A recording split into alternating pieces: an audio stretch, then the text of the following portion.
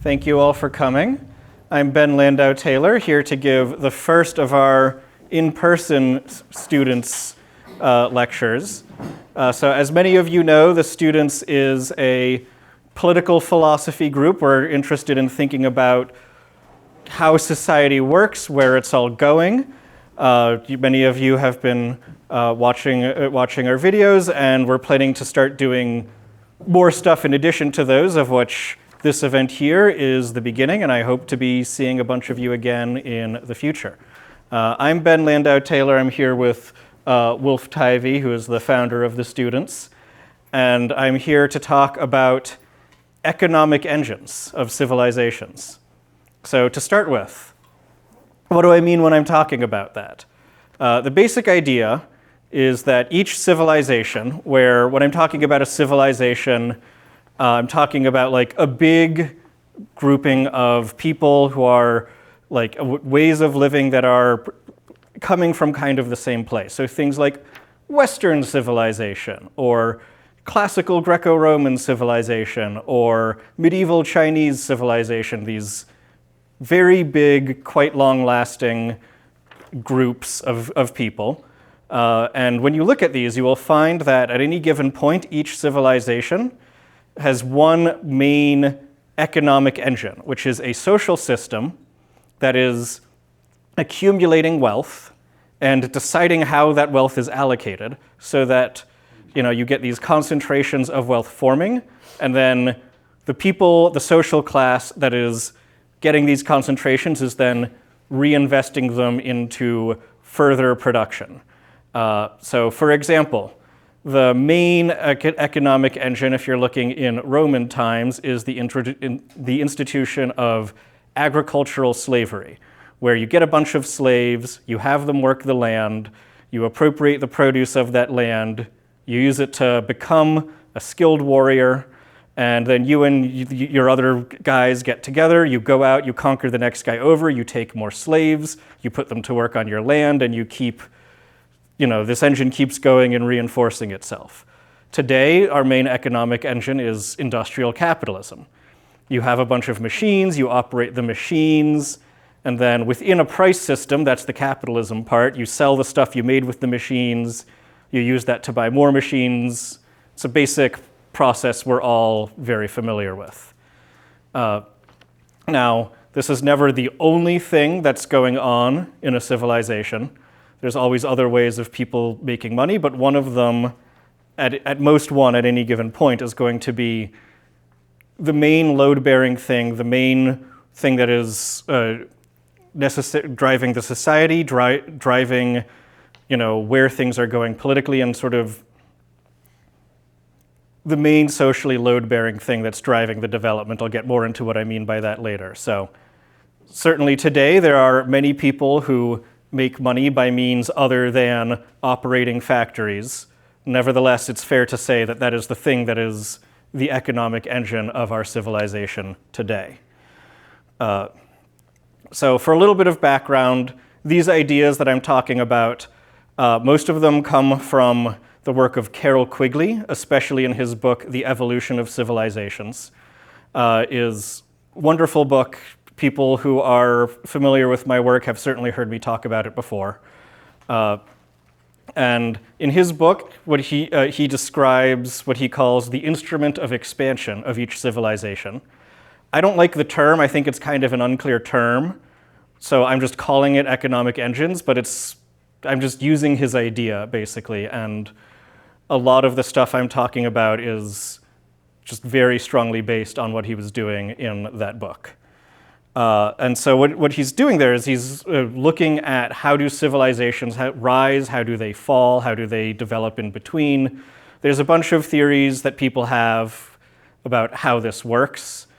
His is the one that I have found most useful and most predictive. And so if we're talking about these very big things, if we're talking about entire civilizations, this means talking somewhat in generalizations. This means talking about very long processes and as having one point. And so, I'll often be talking about, this was happening around the year 1500 when it's sort of, there was a 100-year-long process around them. So that's the nature of talking about big things like this, whereas you just have to talk about particular points even when that's an oversimplification. So enough background, let me get into how an economic engine works and how it comes to be and why they drive how the civilizations go. So the thing about economic engines is that they start when they're fairly young. They're sort of doing the thing that they're described as doing. They're much more sort of like, oh yes, this is how the system's supposed to work, and that's sort of closer to how it's actually happening.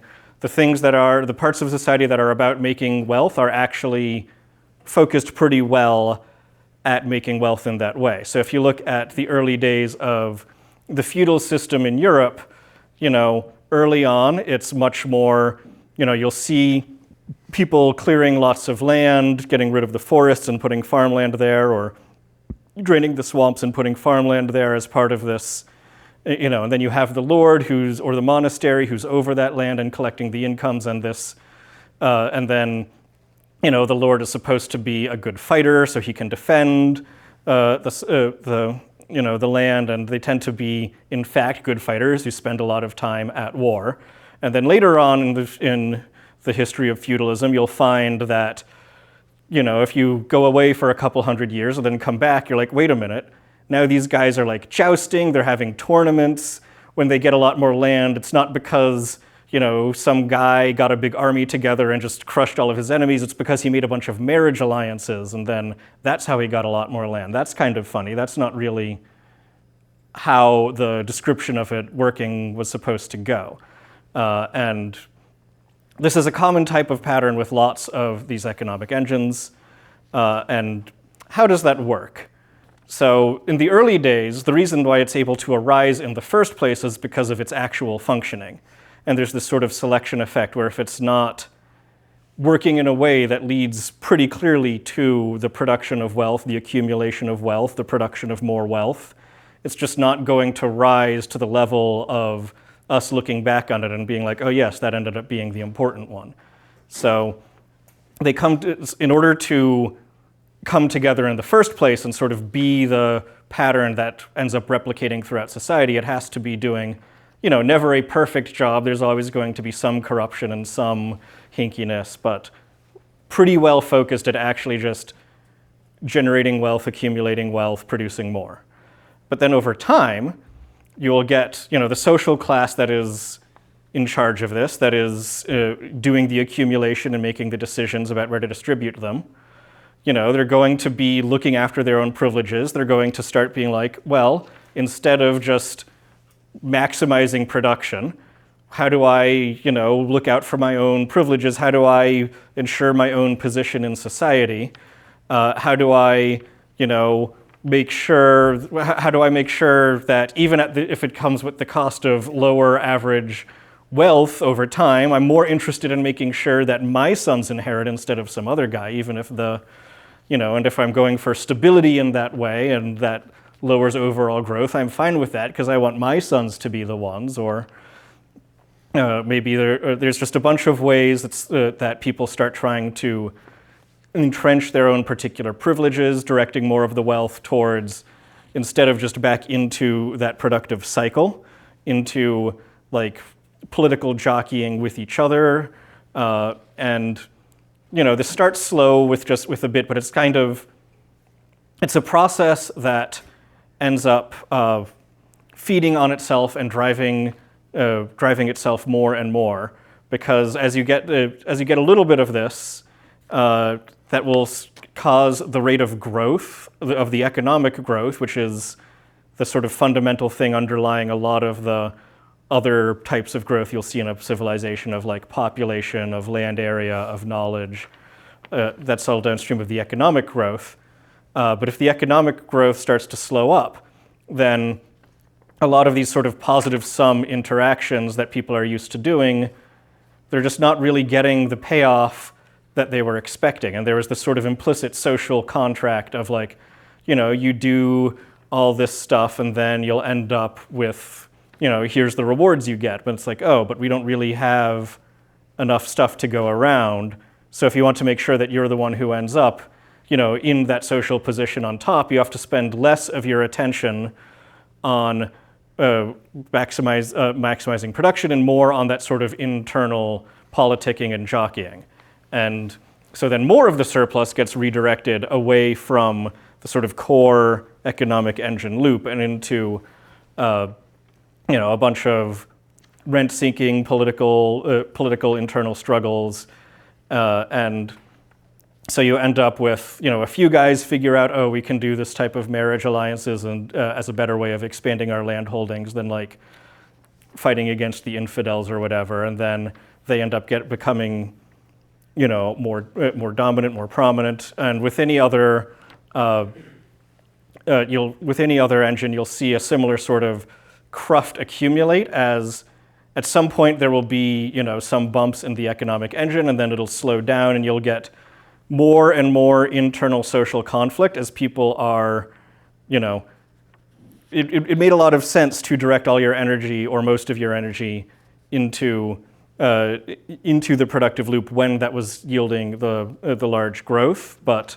as that becomes a worse way of trying to meet those goals, you'll get more and more, like in the Roman example, like as the conquest started slowing up, you get a lot more internal conflict at home, and caused all sorts of political problems, which then made it harder for them to keep expanding the borders and taking more slaves and sending them home. And so it gets this sort of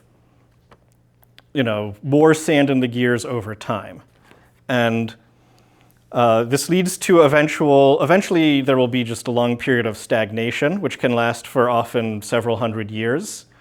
What you don't see is a sort of sharp collapse, and like the whole economic system blows away in the wind.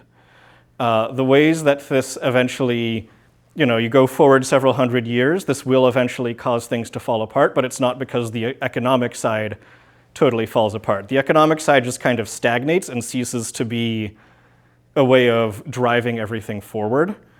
And then this leads to a sort of political disintegration and political hollowing out.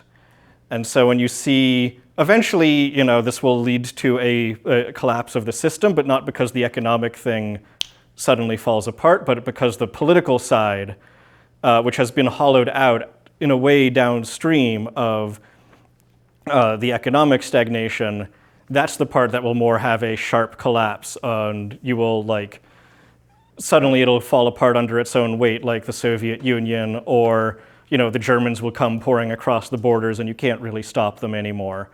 And so the economic system tends to get, once the economic system can no longer support the political superstructure, then eventually the political superstructure is the part that's going to actually fail. And there's a couple of things that you can go along with this. Like when you're in the relatively earlier unencumbered stage of the economic engine, you'll find that the social class that is accumulating wealth tends to be personally involved in the production. So to go back to the Roman example, there's the famous story of early on in the Roman Republic when they needed to call in the dictator Cincinnatus. They were appointing Cincinnatus the dictator to solve, there was some conspiracy that they needed him to come in and handle. And when they went to go get him, they found that he was working on his farm at his plow. So here's this guy, this quite important, successful, I think this was the second time he'd been dictator, and there he is just involved in the actual farming. I assume as an overseer rather than out there with a hoe, but who knows? But he was on site. And then if you go forward a couple hundred years to the late Roman Republic, when they're starting to get a lot more of the internal conflict, the Cincinnatus types are no longer at their farms. They're all living in Rome. They have an overseer back at the farm who manages all the farming, manages all the slaves, and sends the income to the guy in the city. But the overseer, who's actually in contact with the production and knows how it works, they're not the ones who benefit if they manage to actually make things go better. They're not the ones who directly, benefit from increased production. And so in the later stages, you get this more of the principal agent separation. Or in our own case, in the earliest days of industrial capitalism, it was much more of this entrepreneurial, like the guy would own and operate his particular factory, and he would like figure out how to operate the factory and make it go well, and then he would just directly own it and get the money if it worked out better and he could increase the production. And then in the like late 1800s, largely early 1900s, we started seeing this gradual transition to sort of more managerial style we have today, where we get these managerial experts who are actually running all of the factories, and then there's several layers between them and the actual ownership. And so again, you have this sort of principal-agent separation. So this is a common thing you will see a lot of the time over the life cycle of an economic engine. And so, yeah, what happens as they get to these later stages and start getting encumbered? Most of the time, they just get into this very stagnant period, which then lasts for often centuries before like the whole thing hollows out and eventually falls apart. But there is a different thing that can also happen once they get pretty encumbered in late stage, which is about maybe a quarter or a third of the time, you'll see circumvention. You will see a new economic engine get developed and sort of slowly grow and displace the old one. So if you look at, in the Roman case, yes, that one eventually just stagnated for several hundred years and then kind of fell apart. But if you look at medieval Europe, you don't see like a big collapse after that. What happened was that there was the growth of a new economic engine, commercial capitalism. If you would have these people in the cities, you would have these guys in guilds who were engaging in commerce, they were making a bunch of stuff, and then there were these very long distance trade routes, across the Mediterranean, across the North Sea, across the mountains in the middle of Europe, where you would buy low, sell high, you'd get your Medicis and your Fuggers and all those guys accumulating giant piles of money, which came to eclipse the wealth of the feudal landlords. And so this new economic engine sort of grew up alongside and then ended up sort of displacing it. And it's not like, the feudal system sharply went away. In some places, you'll still have your barons and your dukes. But it just stopped being the big driving force that was pushing forward where society was going. And then when the commercial capitalism started getting encumbered, when you start seeing a lot of the guild rules and a lot of the sort of mercantilist national policies involved are much, when they're much more about limiting production and extracting the wealth from that long distance trade rather than expanding production and getting more wealth that way. Like, that's about when you start seeing industrial capitalism start to take shape and eventually ends up circumventing that. So within the history of Western civilization, we are on the third economic engine that we have had without any of them getting to the point of like very long-term stagnation. And that is why our civilization has not yet collapsed, which is pretty nice. So it does seem like when you see these circumventions, they tend to be pretty early on in the, in the stagnation. You don't see a thing where it's been totally stagnant for 150 years and then it gets circumvented. It tends to be, it's still ongoing and, there's a bunch of encumbrance, there's a fair amount of barnacles. It seems like as it goes further, things eventually get sort of too locked down, and probably, like, if the economic engine is just in total decay, in total failure, like, it doesn't seem like at that point it becomes possible, because at that point the level of internal conflict and sort of repressive forces is so much that it's just going to shut down any competing system before it can get to the point of successfully circumventing it. So it seems like there's a window, a fairly long window, of, I don't know, something like a century, 150 years, it seems to be, of when the economic engine is decayed enough that it makes sense to circumvent it, and that it can be done, but it's not so, the political superstructure isn't so locked down that it's going to prevent that from happening. And so there's a, fairly long from the perspective of a human being who lives a human life period of possibility there. So that's the basic, speaking very broadly, it seems like trying to talk about things you can see in every civilization, every human society with like cities and writing and stuff. That seems to be how it works. Now within this, there seem to be 4 general types of economic engines, where within each one there's going to be a fair amount of variation, but it seems like you can kind of sort them into 4 general ways that they work. Where, to go through those briefly, there's manorialism, state bureaucracy, commercial capitalism, and industrial capitalism. Where manorialism, it's basically agricultural land, and then the social class that is accumulating the wealth and reinvesting it is the landlords. And then there's a bunch of variations within this. Are the people on the land slaves? Are they serfs who have a bunch of reciprocal obligations? Are they free people? What's the political organization of the landlords? There's a lot of variation here. So we've talked about the Greek and Roman slavery as an example of manorialism, or the Western feudalism is probably the case that a lot of us here are most familiar with. Japanese feudalism. Islamic civilization had a system that was pretty similar to European feudalism, and they were, in dialogue with each other for quite a long time. And then medieval China, in the period from around 600 to 1000 AD or so, seems to have worked largely this way as well, where it was a lot of the local landlords driving the expansions of the waterworks projects and the irrigation that seemed to be the main thing driving it forward.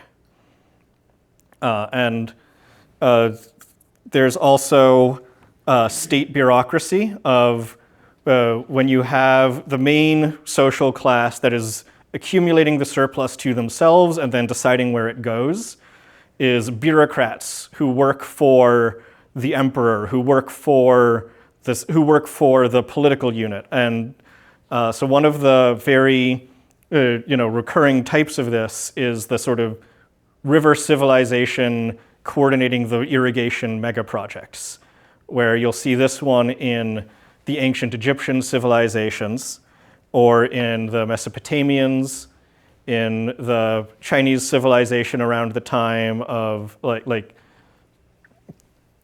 in the millennia before Christ, basically up through the Han Dynasty and a little bit after that. Then outside of the sort of I forget who it was who called these the hydraulic despotisms, but the sort of river irrigation bureaucracies. There's a few other cases, the Soviet Union being a pretty notable one, and maybe the Incans, maybe the Minoan civilizations, but I don't know enough about those guys to be totally sure. There's commercial capitalism, which is accumulating wealth on the basis of long-distance trade, where you buy over here, you go quite a long way, and you sell the thing. So the early modern Western civilization, when you have your various East India companies and your Medicis and that sort of thing, is like the main drivers of a lot of things, is the one that a lot of us are most familiar with. The Phoenicians were another civilization that worked this way.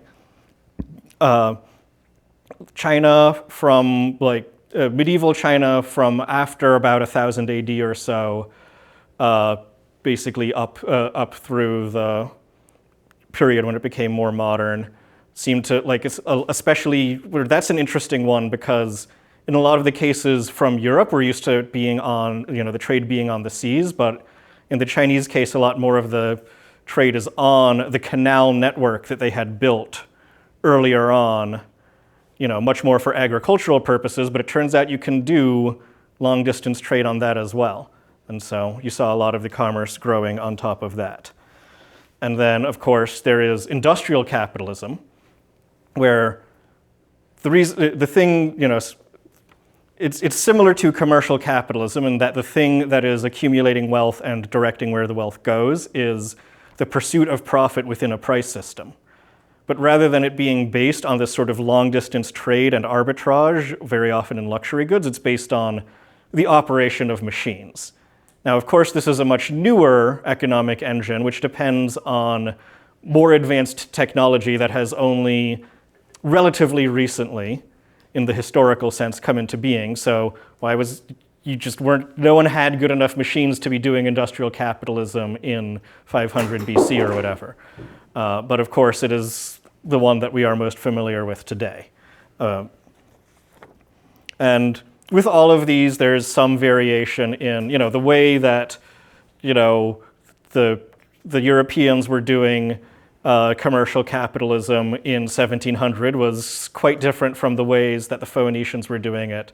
Today, we see some different models of industrial capitalism, of like how involved the state's going to be, and how that's going to, is that going to be done with, direction from above or more in a bottom-up way, and how all the pieces are going to relate to each other. So within each of these, there's a lot of variation. So that's the basic picture that I see looking out over recorded history, basically. And so with that as context, where are we now? The reason I was trying to understand this stuff, the reason Quigley was trying to understand this stuff is to understand what's going on with our civilization and where it's going to go and what we can do about that. We're currently in this Western civilization that has industrial capitalism. It's not the only industrial capitalism in the world, but I'm talking here right now about as it exists in the West, basically.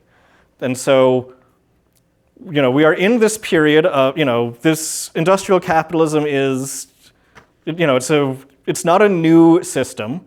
It started becoming the really dominant one around the period that historians mostly call the Second Industrial Revolution, which is, like the second half of the 19th century. So by historical standards, it's not a super old one either.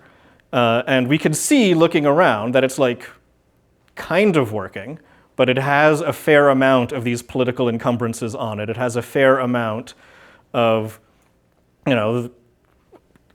pressures on it to do things other than maximize production. And so we're starting to see, it's definitely still growing, it's definitely still driving the expansion of our civilization in a lot of ways. The population's increasing, our knowledge is increasing, but notably less rapidly than it was in the period when it was sort of youngest and newest and healthiest, when you would be, born on some subsistence farm, walking behind the horse as it's plowed, and then as a kid, you read in the papers of the first airplanes, and then before you die, you watch a man land on the moon on the TV. Like, we're not growing at that rate anymore. And as we look around, we see that, there are, a fair amount of these encumbrances. We're seeing more of the political pressures on the industrialists to, act in particular ways. They have to put more of their energy into defending their position and making sure that, they're not being expropriated or thrown out of their positions. And a lot of that more just defending themselves against the political infighting or engaging aggressively in the political infighting, depending on, who it is and what they feel like doing.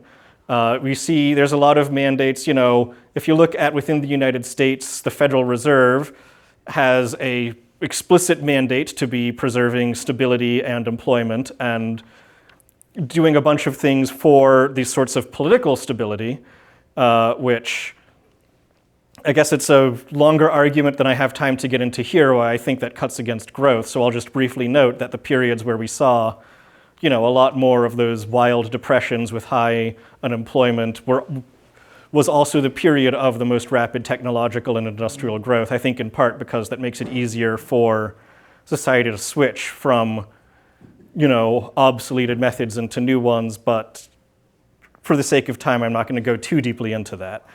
And so I was talking before about, there's this fairly long window where the system is moderately decayed, but it's not so locked down that any competing economic engine is just going to get squashed. I basically think that's where we are.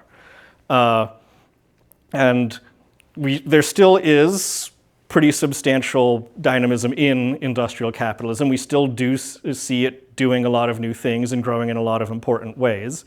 And we see a fair amount of, the wealth getting siphoned off to things other than, reinvestment in the engine itself. And that's slowing it down somewhat, but it's still working kind of okay.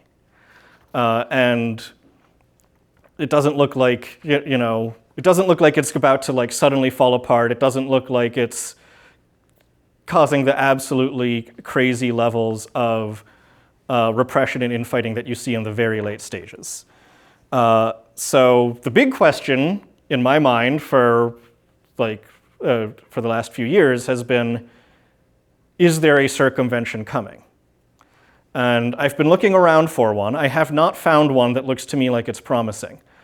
There's a few candidates that people have speculated about. I'm sure many of you are having ideas. None of them look to me like they're really firing on all cylinders yet. So hopefully something does that. I think we've got maybe 100 years, 150 years left before, by historical analogy, that seems to be about how long something can go in this state of gradual ongoing decay before the stagnation gets terminal and you can't really bust out of it from within. So I'm hoping that we're going to see that, but historically speaking, it really could go either way. Neither the stagnation nor the reform seems like it's locked in, and it just really depends on, are there individual people who understand what they're doing well enough and are skilled enough at operating that they can make a new economic engine and get it off the ground. So that's the thing that I've been looking out for and am hoping we're going to see. We'll find out. Thank you.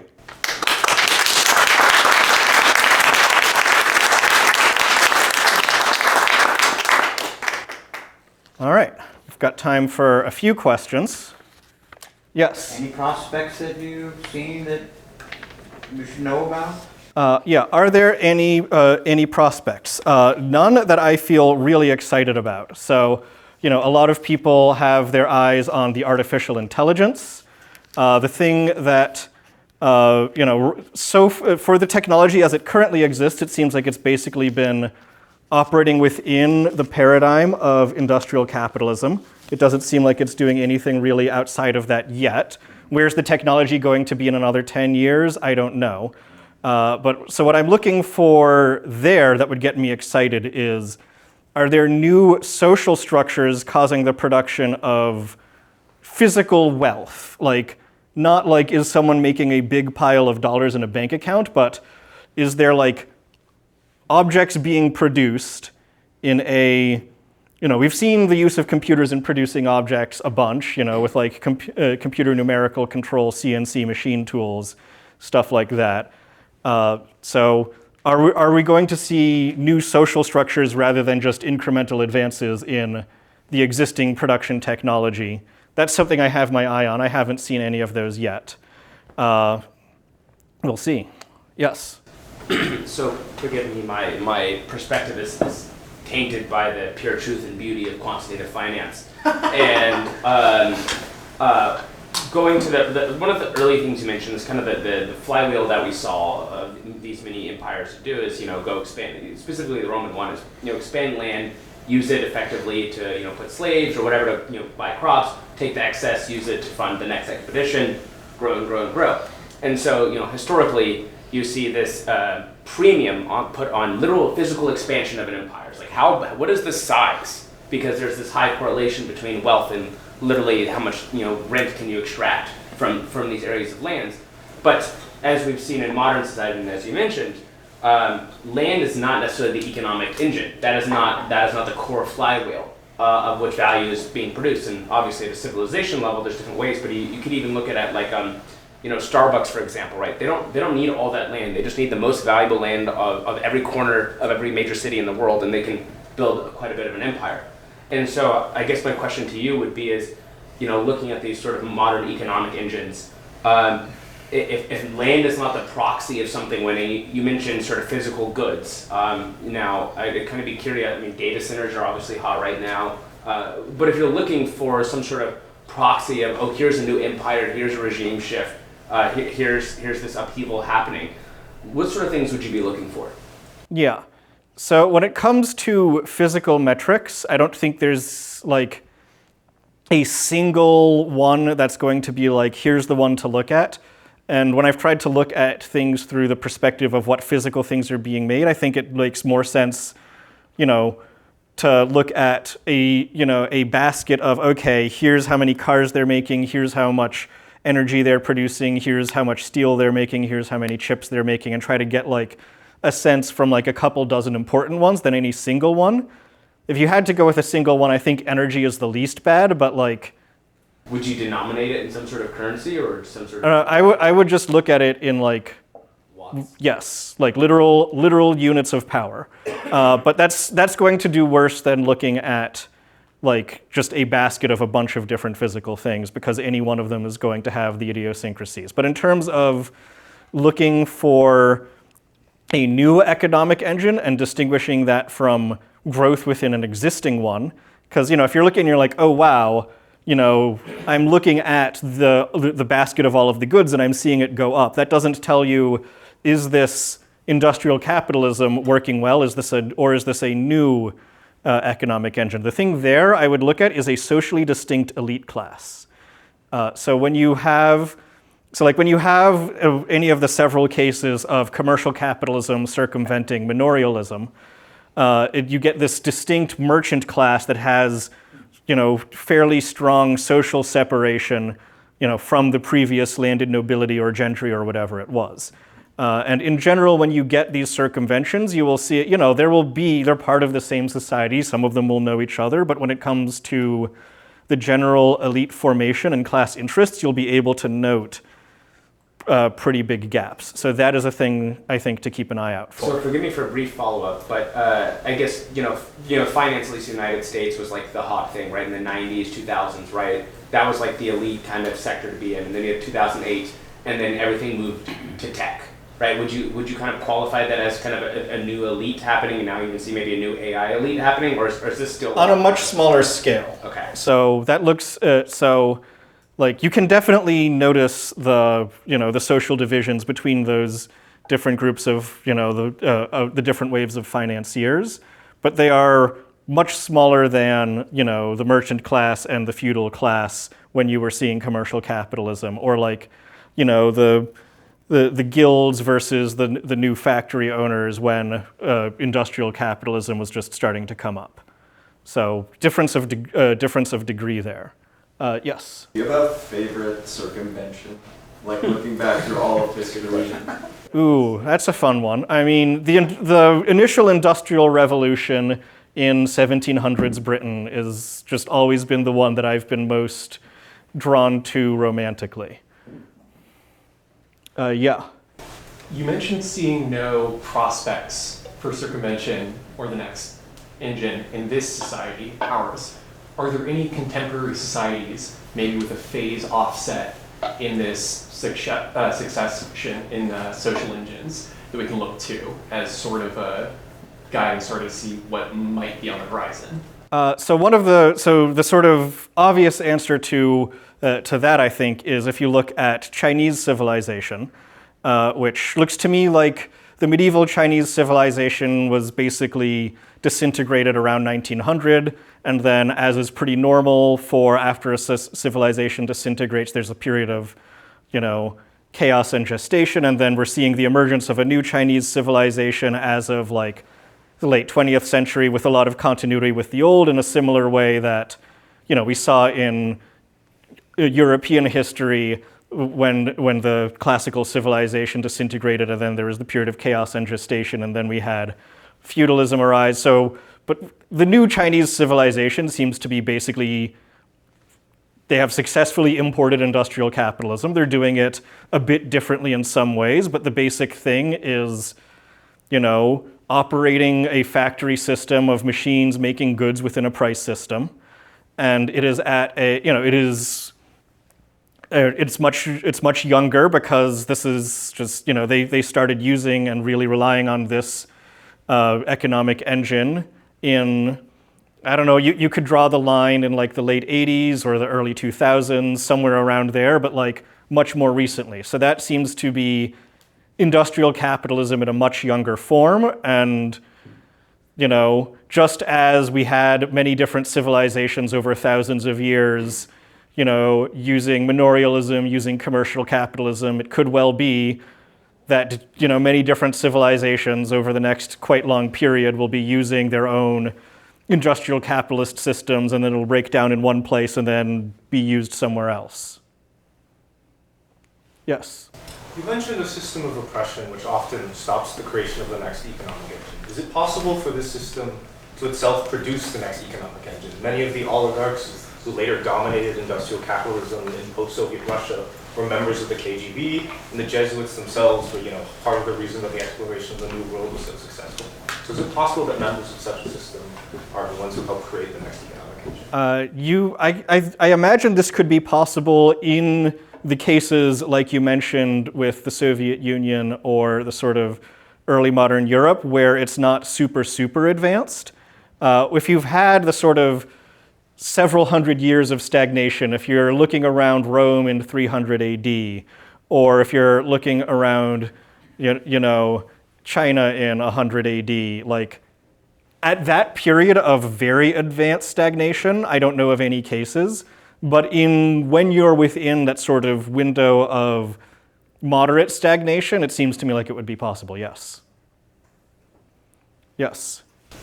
So it's interesting that Quigley sees the economic metric as physical industrial production in modern Western society. And I was wondering if you could go in a bit, because it seems to be by far the modern minority view, as most economists and most political economists tend to denominate things in terms of GDP. With America, it's mostly a service economy. So I'm wondering, is this because Quigley is biased by writing in the height of material production in the 20th century, or is he onto something more essential about a real industrial economy that is what matters, in contradistinction to an economy of services and finance that's maybe more illusory or less significant? Yeah, so two things I'll say to that. First, I think that the division is actually not as sharp as it might appear.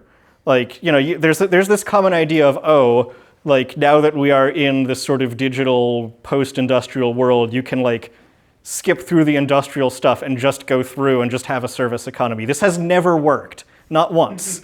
There's a bunch of countries that have tried this and it just hasn't succeeded. Every country that has gotten rich has done it industrially. And then once you have a lot of industry, then you can afford to use that on having all of these really great services that everyone really enjoys. But that looks to me like a thing you are buying with a healthy industrial engine. But wouldn't the Middle East be an example of the Emiratis being an example of a place that got rich without going through the industrialization phase? But by selling a lot of but I guess my point is that it's they brought in a bunch of Westerners to build these big machines which produce this product that they sell within a price system, and then they buy a bunch of really nice stuff with that. I guess then maybe I'm confused. What you're saying is are you saying that you need to build your own internal factories and that's the requirement, or you need to build something physical? And if you happen to be sitting on top of the largest fields in the world, the physical thing that you're producing can be oil for a while. And and they've been trying to diversify into a bunch of other stuff. But the idea that you're just going to have services without there being a physical thing that is underlying that has just not been done. How does Singapore fall into this then? Singapore is a pretty small city-state, I would imagine that, so first of all, they are just not a civilization. They are much, much, much, much smaller than that. And They did tech up with physical products. yes, they do have like Trade. pretty good industry per capita, which is small in absolute terms. And yes, it's much more. If you were going to try to shoehorn it into this, you would look at them more as commercial capitalists because it's much more a trade thing. But like, basically, they are just a much smaller unit than this type of analysis is trying to look for. You could just as well look at America in 1840 and be like, well, you've got these guys who are doing manorial agriculture within it, and like, you have pockets doing a whole bunch of different things within anything as big as a civilization. And so generally, if you look at GDP and services and you look at production of steel or cars or chips or whatever, you will find they correlate very, very strongly. One more. Yeah. Could you explain why you think the American political ruling elite in particular are weak enough to allow a circumvention now or in the near future? I can buy this for the American industrial elite or the Western Europe or like the European political elite. But America still seems pretty competent. Yeah, so I think in that case it's less that they are too, I think it's not that American political elites are too incompetent to shut down alternatives. I think it's that they don't want to that badly. They don't feel super threatened. You know, they're not going to be like, oh man, somebody's doing something new. We have to immediately throw them in jail or kill them. They're like, yeah, of course people are going to do new things, and like, you know, the knife fighting isn't so intense that they will see that and like immediately freak out and have to shut it down. I think America is actually the place in the world that's the best at that.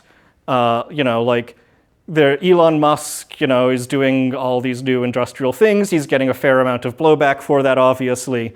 But it's notable that a few years ago, you know, he was he got into trouble with the SEC because he was basically lying about his plans with the stock price in order to try to mess with short sellers, and that's extremely illegal. And when that was happening, I was like, oh, wow, it's notable because European regulators, if something like that happened, would take that as an excuse to just totally destroy a person. And then they ended up like fining him like $20 million or something, which was enough to be like, you know, for Elon Musk, that is like a slap on the wrist that he will definitely notice, but like they had an opportunity to just totally destroy him, and they're like, no, actually, we don't want him doing that, but we do think that having some of these insane people running around doing totally new things within our society is just like, that's how it should be. We shouldn't destroy the people doing new things. Obviously, that's a much smaller change that's within industrial capitalism. If anything, it's a throwback back to the sort of more owner-operator type of industrial capitalism, but it shows that there is much more tolerance for new things than if you go back to, like, you know, the case of medieval China when they were entering their second period of stagnation, when their commercial capitalism was starting to like get locked down. There was, you know, and they were sending these big voyages throughout the Indian Ocean, doing all this exploration and trade and like demanding tribute. And there was Cheng Ho did, I think it was 7 voyages before the people at the Imperial Palace ordered the fleet to be dismantled. And like, we're just not seeing anything like that. Like the sort of internal knife fighting isn't that vicious. So they could shut it down if they wanted to, but they don't want to because it is not decayed enough that they are that threatened by it. All right, thank you.